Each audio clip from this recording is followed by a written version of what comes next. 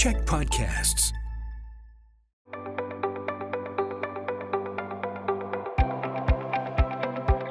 Hi, I'm Bruce Williams. I'm CEO of the Greater Victoria Chamber of Commerce. Welcome to Chamber Chats, coming to you as always from the podcasting studios here at the Czech Media Group, one of our chamber champions.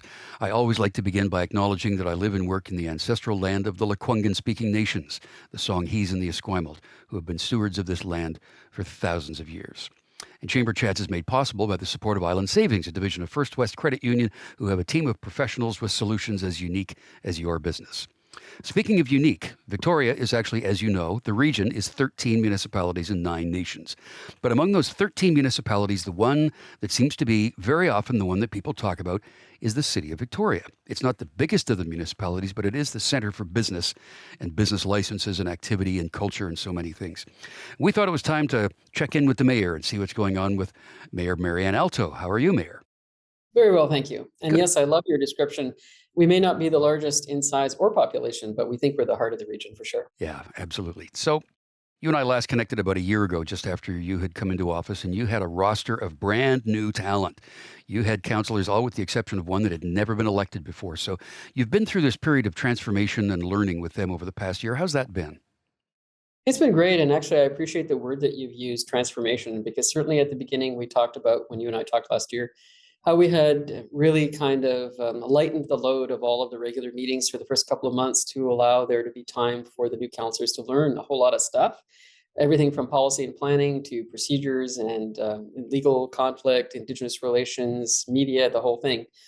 And we wanted to make sure that because all but Councillor Coleman had never been elected to anything previously to this, that they all were sort of starting from the same baseline. And even Councillor Coleman, actually, interestingly, because he had been not at the council during COVID, acknowledged that although his experience, while incredibly valuable, was more historical than contemporary. So in a way, he was kind of new as well because of the very different ways that we learned how to operate during the COVID years. So that was an important start. And obviously the year or so that's happened since then, lots of opportunities to learn, lots of big decisions to be made, particularly around housing and a variety of other policies. And so I think it's been very much learning on the job, which is typical of this particular job for folks who are new to it. And I think it's been on balance pretty good. A few glitches here and there, which is not unusual in a complex structure of governance where you have so many different people. The eclectic nature of the council, I think, is good because it does pretty much represent, I think, the breadth of the city and the residents therein. So it's been fun. I always say I love my job. Yeah. And when I do that, I try to do that with a straight face and I can't because it makes me laugh. And it's true. I really do love my job. But having that new energy is kind of it makes for a new direction, but a new perspective too, that they didn't bring sort of past elected experience in. Yes, absolutely. And that's been great. And I've tried to really foster and facilitate that. I see a big part of my job as being a facilitator, sitting in the chair, and trying to make sure that every council member, regardless of their perspectives or their interests or their policies or whatever, or their capacity as well, has the most opportunity to put their best argument before council. And a number of times, actually, I've spent a significant amount of time with individual councillors who are creating things that they want to propose or motions or whatnot. And, we've spent a lot of time together crafting motions and crafting the backgrounds and trying to prep them for their presentations. And then they do that. And then occasionally, often actually, I might vote against it. And there's always surprise that says, well, I thought because you helped me so much that you were going to be on side. And it was like, well, no, there's two different parts of this. My job is to enable you to do your best work. That doesn't necessarily mean that I have to agree with what you're proposing. There's two different parts of my job, right? I get to act as a council member with the perspective that I bring, but I also have a very important job as a facilitator to try and enable council. And so I hope that during the year that at least that effort has had some fruition, and I think it has. Much of what you hear from people, you don't often get people to pick up the phone or drop an email and say, you're doing a great job. We love what it's more people are saying, hey, the taxes, what about this, what about that? So the influences of inflation have not bypass the city by any means. So that's impacting the tax rate.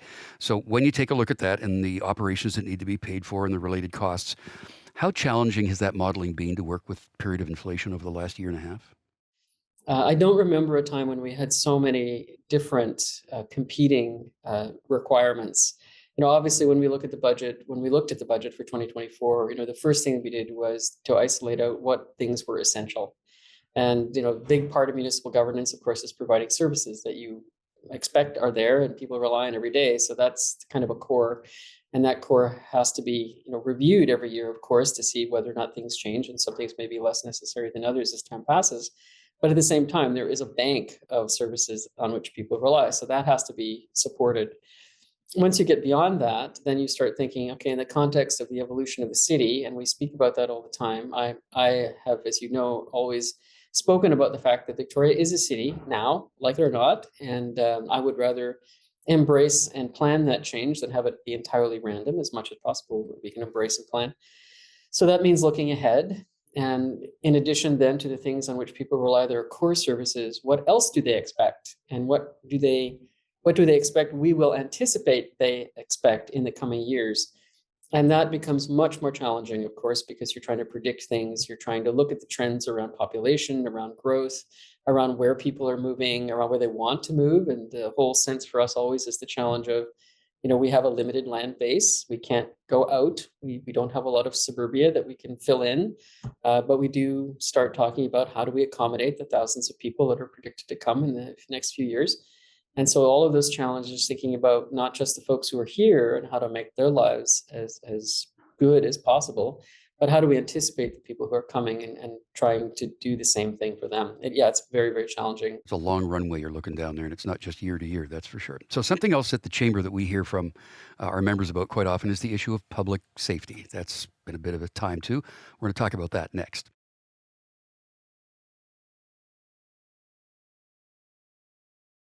Our Chamber Chat guest today is Marianne Alto, who's the mayor of the city of Victoria.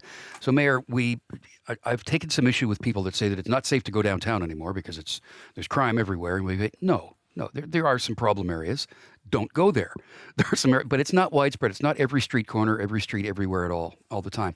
So there's a number of different elements involved in it. It goes beyond policing and the justice system. But I want to talk with you, not only as the mayor, but as a lawyer as well.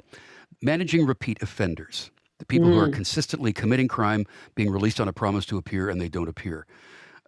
What can be done about that? What do you feel is being done about that?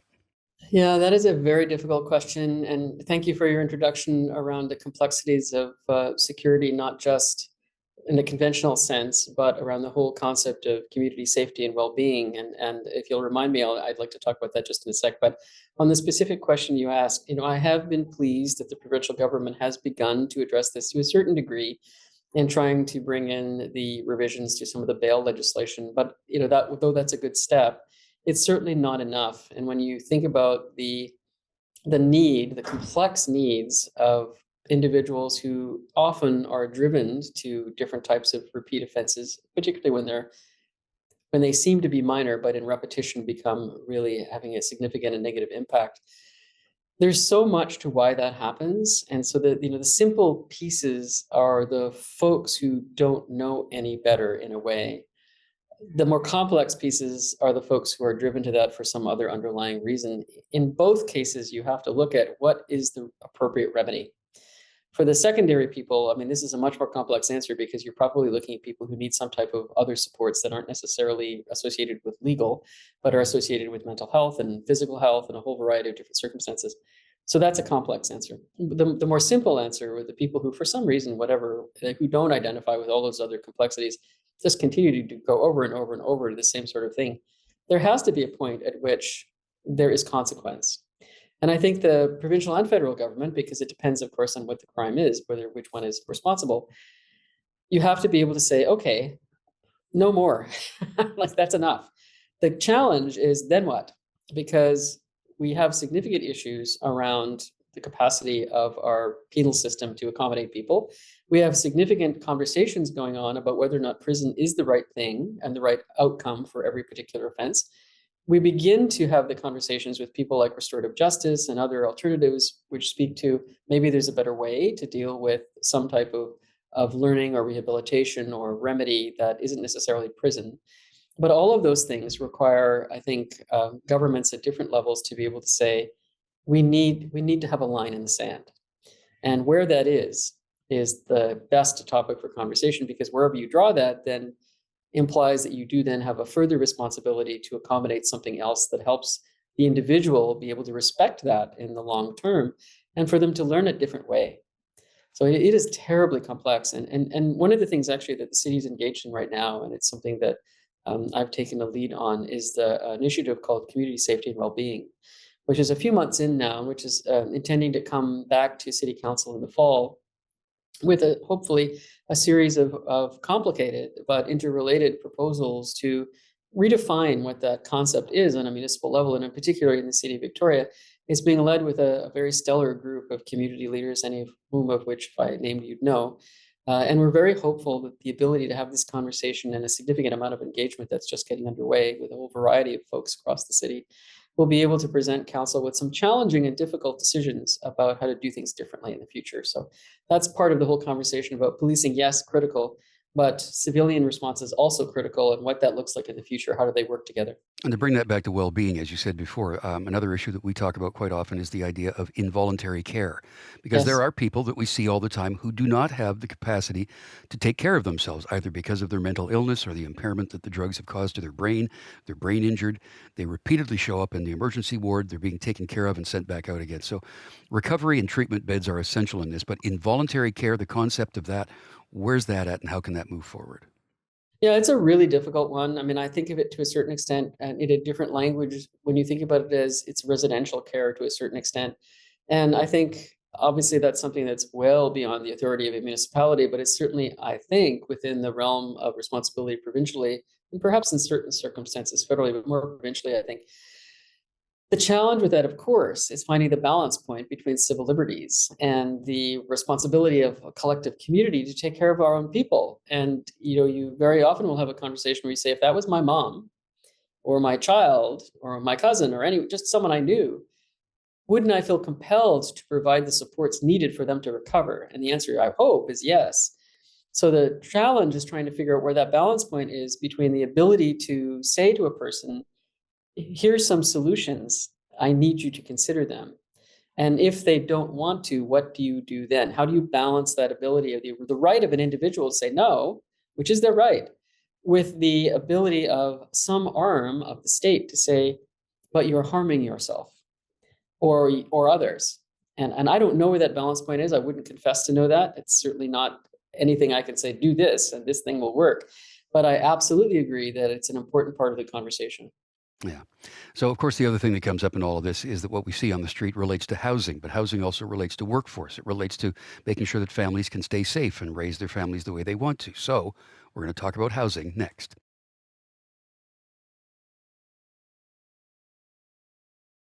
Our guest today on Chamber Chats is Marianne Alto. She is the mayor of Victoria, of course. So, Mayor, the process of getting approval for housing goes through staff, and then it ends up at council. And very often, somebody like me will show up and do support for a project that we feel should move forward.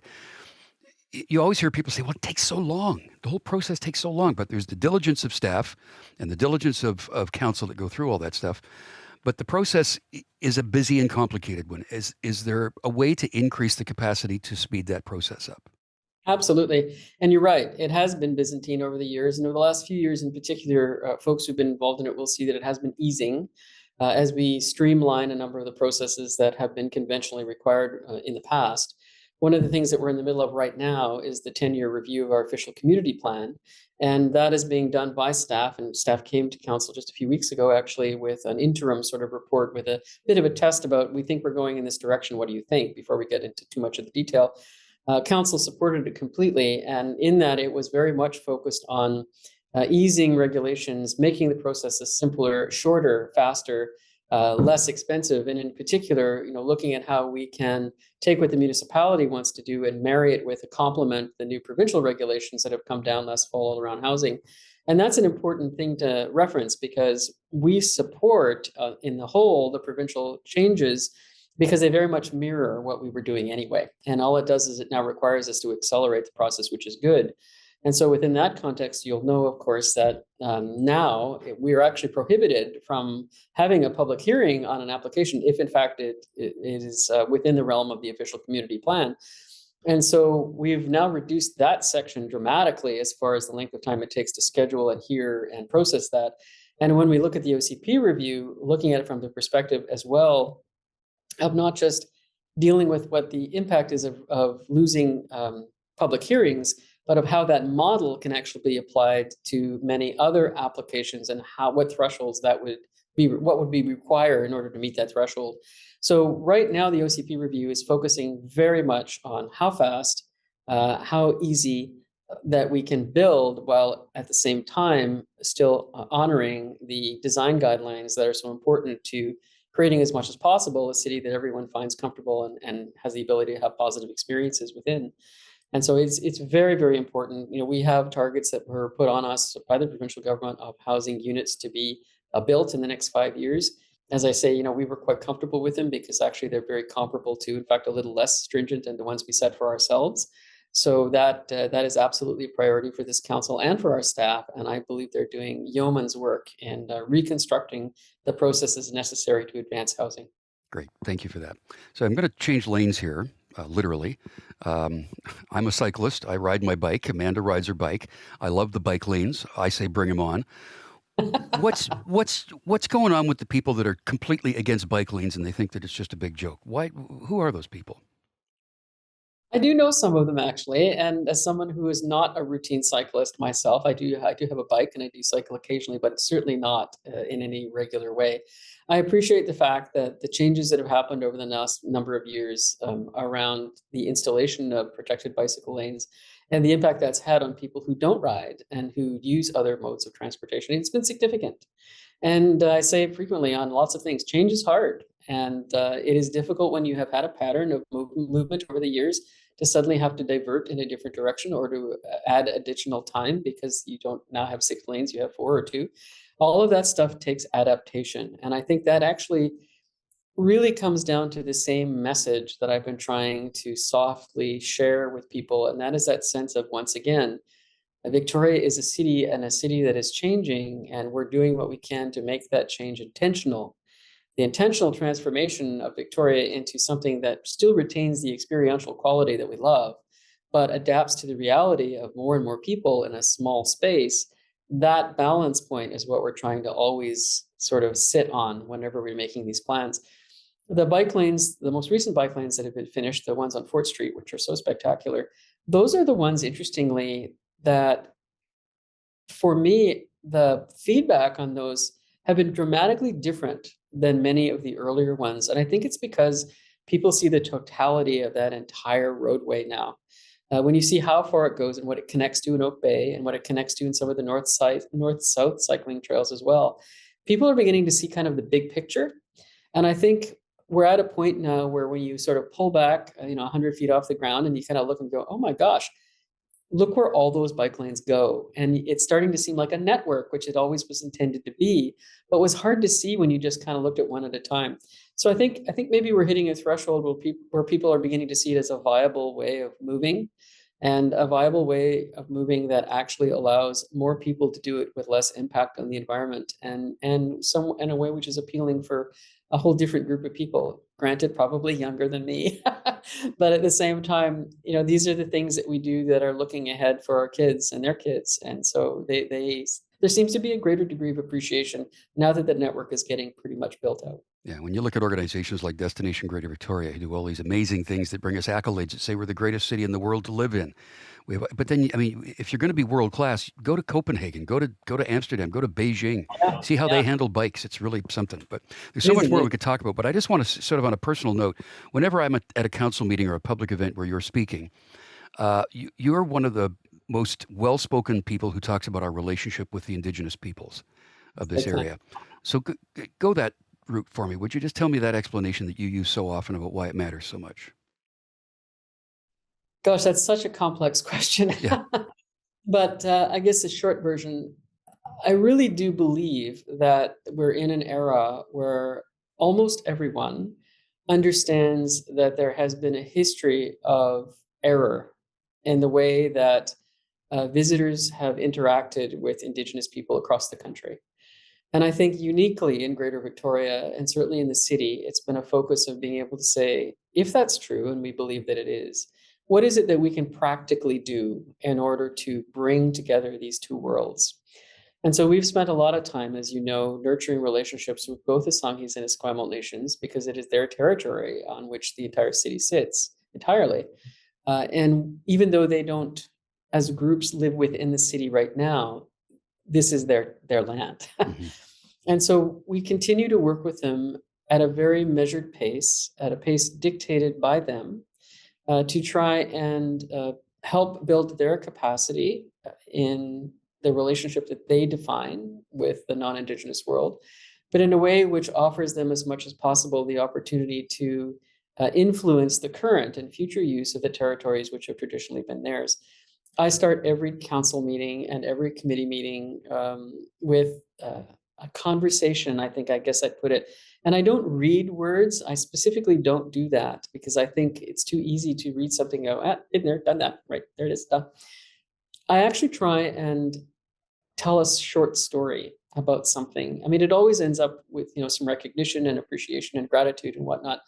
But for me, it's more a sense of saying, if you're listening to me, then you're probably here in a really special place. And one of the reasons it's so special, if not the biggest reason, is because these people have been, as you said in your opening, stewards of this land for millennia and the waters surrounding it. And so try and take a moment in each day where those words mean something to you as an individual, something that's in your personal life where you go, you know what? I did that. I saw that. I experienced that because of all of this work. And make it somehow meaningful, because when each of us has a chance to do that, I believe it makes this work relevant. And yes, it's about partnerships, and yes, it's about economic reconciliation, and yes, it's about the work that we're doing together with the nations as they operate Matulia lands next to our industry, arts, and innovation projects. And there's the tangible stuff for sure, and that is of benefit to the city and to the nations for sure. But there's a personal benefit to being able to say you're a Victorian and you understand that some of the best parts of that are because of the efforts of people that you may never meet, but you need to honor that. And I think people get a warmth. I talked about Victoria being the heart of the region. It is, I believe it is. And it is the heart of the region because of the effort that's been put in by those two nations in particular, but Indigenous people in general over thousands of years, as you said in your opening. Well done, as always. We have so much more to talk about, Mayor, but we can't do it now because we're out of time. So let's do this again really soon. I hope we can find time to do that. Thank you again for being here today. Anytime, always my pleasure. Marianne Alto is the Mayor of Victoria. And I'm Bruce Williams. We'll see you again for another Chamber Chat.